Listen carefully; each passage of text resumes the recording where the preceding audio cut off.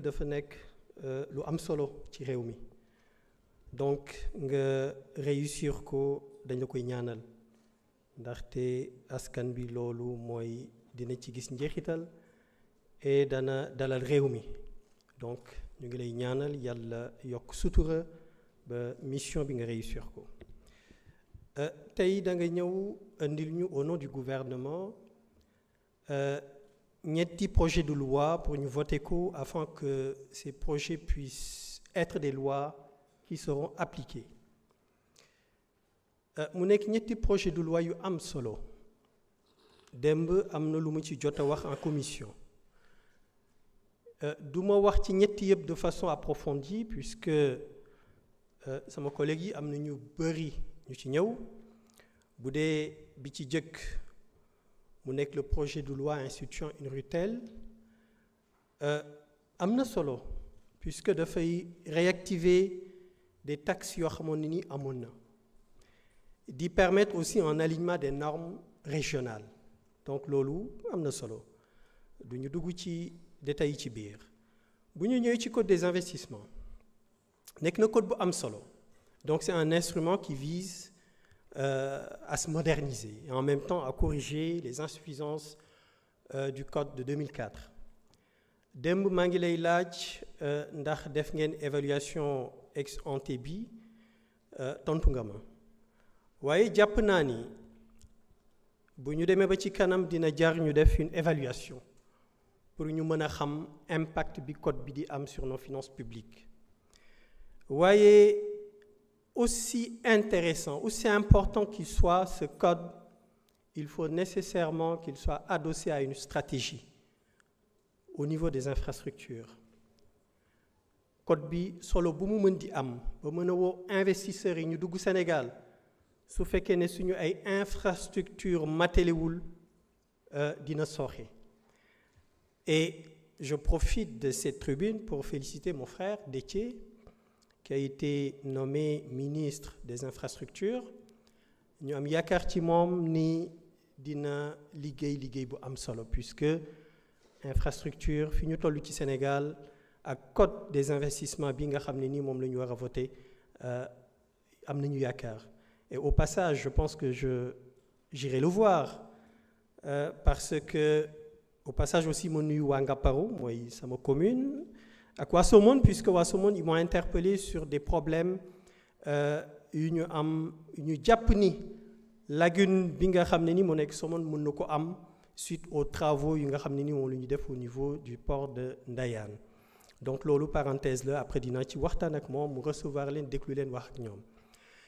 en plus de cette stratégie en plus de la stratégie qui devra être mise en place pour améliorer les infrastructures, il va falloir, pour que ce code des investissements puisse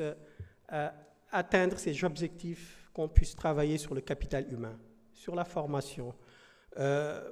Gis nañu la formation théorique bi ñu jëlee université dafa am décalage ak le marché de l'emploi et le besoin industriel, donc il faut nécessairement aussi ñu liggéey ci loolu. Donc bi ci topp mooy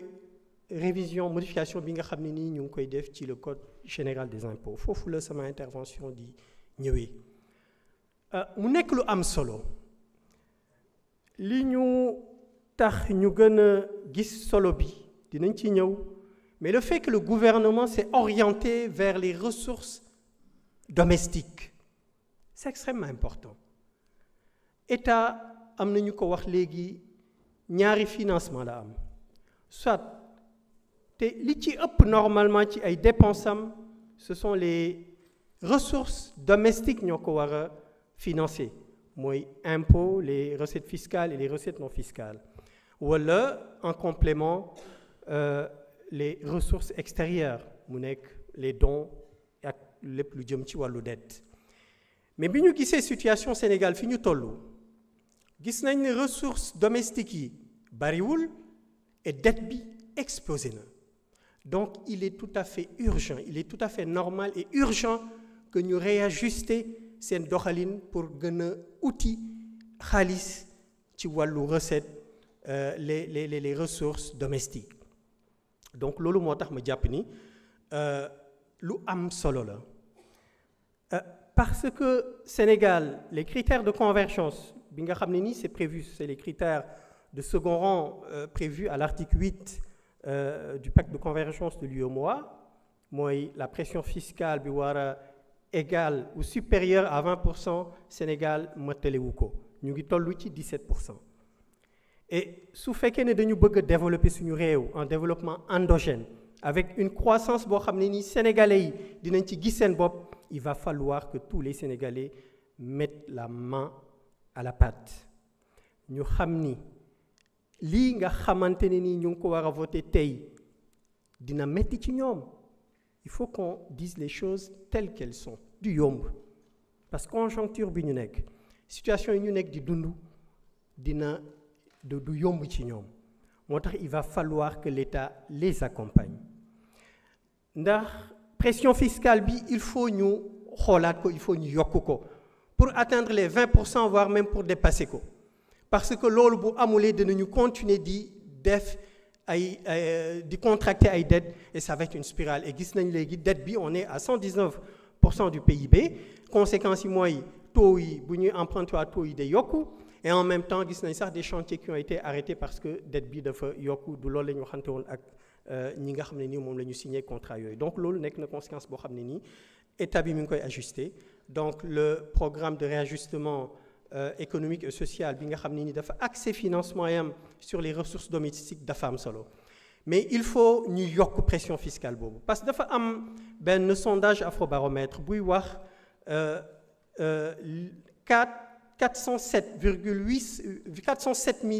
407 unités économiques yoo xam ne ni ñu ngi leen di recenser et sur ces 407 882 seuls 85 sont recensés ci fichier des contribuables. Et sur les 85, 25 sont actifs. Bu ñu ñëwee de même sur 6 millions d'actifs sénégalais, seuls 10% participent à une contribution directe à la couverture des charges publiques. Donc,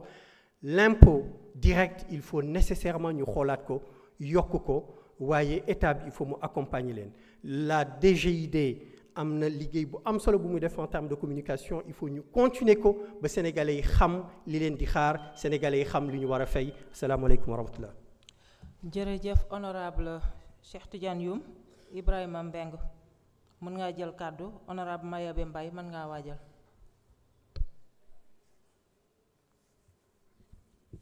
Merci madame la présidente ñu ngi lay ndokkeel ci présidence bi di nuyu les honorables députés di féliciter monsieur le ministre Cheikh Diba ci sa reconduction di féliciter également madame le secrétaire d'État chargée des relations avec les institutions porte-parole du gouvernement di ñaanal plein succès pour la mission di nuyu collaborateur ministre bi yëpp di nuyu également assistance bi ak sénégalais yëpp kon tey li ñu fi dajale mooy examiner voter trois projets de loi yi nga xam ne moom la ñu soumettre tey mu jëm ci révision code des investissements mais aussi modification lenn ci ay articles yu code général des impôts mais également benn redevance boo xam ne dañu ko indi n'est-ce pas ci utilisation ak accès en tout cas aux télécommunications mu nekk trois projets de loi yoo xam ne dafa ñëw pour jàppale plan de redressement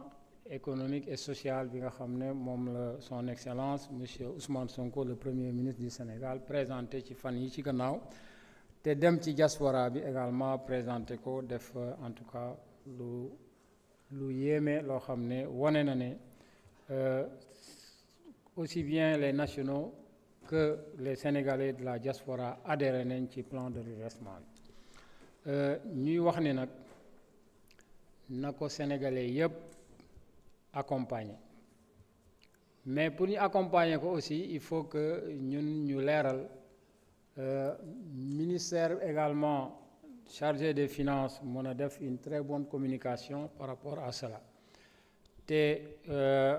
communication boobu déjà honorable député yi jël nañ ko en charge ci seen